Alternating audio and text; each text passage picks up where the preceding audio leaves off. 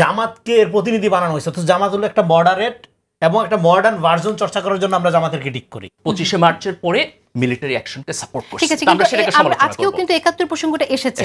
আপনারা কতদিন আর 71 প্রসঙ্গটা শুনে যেতে চান? আপনারা কেন এটা শেষ করে দিচ্ছেন না? যদি কিন্তু কেন থাকে, গালি দেওয়ার স্বাধীনতা আছে। গালি দেওয়ার স্বাধীনতা আছে। আপনি কিভাবে ডেভেলপ করলেন যে গালি দিচ্ছে সে শিবিরই করতেছে? মানুষের কমেন্টস তো দেখলাম লোকজন বেশ গালিগালাজ করছে, তো আমি ভাবছি কি প্রশ্ন কি আমি আপনাকে আর করব না করব না?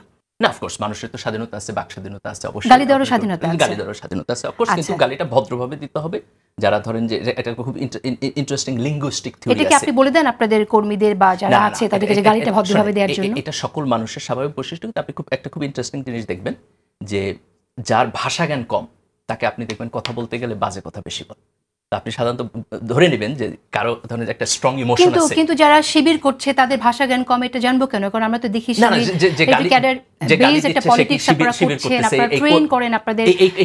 আপনি কিভাবে ডেভেলপ করলেন যে গালি দিচ্ছে সে শিবিরই করতেছে? অনেক অ্যাকাউন্টস আমরা মনিটর করেছি, যারা গালি দিচ্ছে তারা কারা, তাদের অ্যাকাউন্টস মনিটর করে আমরা নিজেরা দেখি যে নিজে যখন এক্সক্লুসিভলি আমাদের পার্সোনাল একটা ইউটিউব আছে, এক্সক্লুসিভলি যখন জামাতের ক্রিটিক করেছি সেখানে যারা আমাকে দিচ্ছেন সেটাকে আমি ধরে নিতে পারি, আমি এটা কন্ডেম করব। যদি গালি দেয় আমি অফ কোর্স কন্ডেম করব। It should not be, it's unacceptable behaviour definitely. আমি মনে করি যে একটা ডেমোক্রেটিক সোসাইটির মধ্যে আমাদের আলাপ আলোচনার মধ্যে দিয়ে এঙ্গেজ হতে হবে। যেমন জাহিদ ভাইয়ের সাথে আমি খুব স্ট্রংলি ডিসএগ্রি করছি, আবার আমরা আলোচনাও করছি। তো আমার বোধ হয় যে এটা আমি সবাইকে অনুরোধ করব যে গণতান্ত্রিক স্পেসে, বিশেষ করে আমরা হাসিনার পরে আজকে যে গণতান্ত্রিক স্পেস আসছে, এটাকে আমাদের রেসপেক্ট করা উচিত এবং সেখানে আমাদের ডিসএগ্রিমেন্ট থাকলে সেটাকে সুন্দরভাবে স্বাধীনভাবে বলা উচিত। কারণ আমরা কথা বলার মধ্য দিয়ে একটা জায়গায় আমি ইমোশন প্রকাশ করব, কিন্তু ইমোশন যেন কারোর প্রতি ইনসাল্টিং না হয়। অফ কোর্স এটা জিরো টলারেন্স হওয়া উচিত। তো আমি খুব স্পষ্ট আমি যেটা যাচ্ছি, আমি রনিবার প্রপোজিশনকে ডিসএগ্রি করতেছি যে আপনি যদি বলেন যে জামাত সকল সময় এস্টাবলিশমেন্টের পক্ষে ছিল, এটা সত্য না। এবং তার সবচেয়ে বড় এক্সাম্পল হলো 25শে মার্চের পরে আপনি জামাতের ভূমিকা নিয়ে যে সমালোচনা করছেন তার অনেক জায়গায় আমি এগ্রি করি। আমি একটু আসবো, যদি আমাকে সময় দেন রনিবার, জাস্ট একটা মিনিট আমি শেষ করি। কিন্তু 70-এর নির্বাচনে যখন শেখ মুজিবুর রহমান জিতলেন এবং পাকিস্তান আর্মি এবং ভুট্টো যখন তার কাছে ক্ষমতা হস্তান্তর করতে রাজি হলেন না, তখন কিন্তু জামাতের স্ট্রেট ফরওয়ার্ড পলিটিক্যাল পজিশন ছিল যে শেখ মুজিবুর রহমানের হাতে ক্ষমতা হস্তান্তর করা হোক। এবং জামাত খুব স্পষ্টভাবে বলছে যে এইটাকে মিলিটারি ওয়েতে সলভ করতে গেলে এটা ডিজাস্টার হবে এবং পাকিস্তান টিকবে না।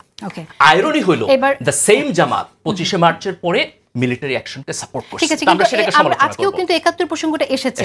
আপনারা কতদিন আর 71 প্রসঙ্গটা শুনে যেতে চান? আপনারা কেন এটা শেষ করে দিচ্ছেন না? যদি কিন্তু কেন থাকে, 71 প্রসঙ্গে এলেই যদি কিন্তু থাকতে হয় কেন? দেখেন, 71 প্রসঙ্গ আসলে যদি কিন্তু থাকে, এটার একটা বড় কারণ হলো আমাদের সমাজ ব্যবস্থা আজকে পর্যন্ত এই পরিমাণ ম্যাচিউর হয় নাই যেখানে রাজনীতির বিয়ন্ডে গিয়ে আমি একাডেমিকলি 71 নিয়ে আলোচনা করতে পারি।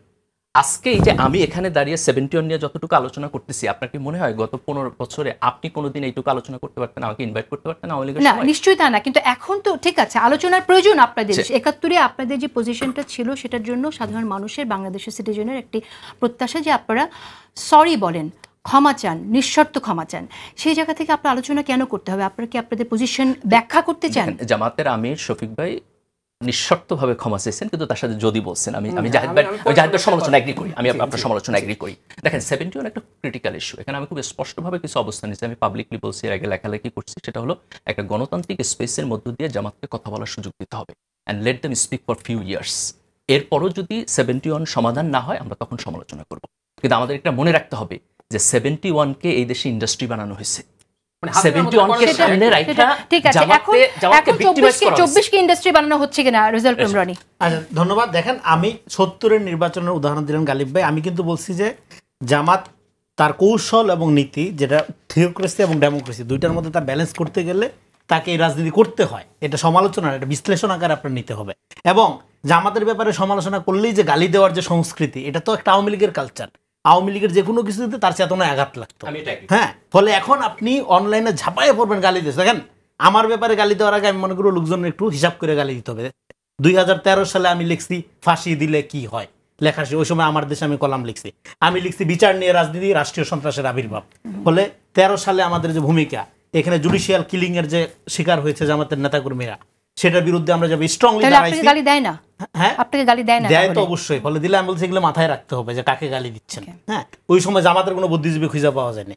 তো এখন জামাতকে ক্রিটিকটা নিতে পারতে হবে। এইটাই 5 তারিখের পরে যে রাজনীতি, সেটা হলো আমরা একটা ক্রিটিক্যাল ডিসকোর্সের মধ্যে দিয়ে, একটা আলোচনার মধ্যে দিয়ে আমরা আগায় নেব।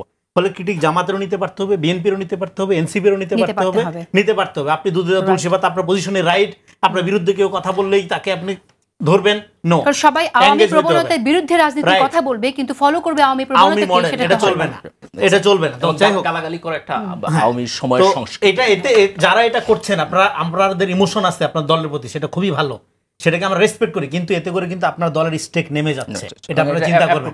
আপনারা আপনাদের দলকে ভালোবেসে ক্ষতি করছেন, হ্যাঁ অনলাইন, এটা মনে রাখবেন আপনারা যারা এটা করছেন।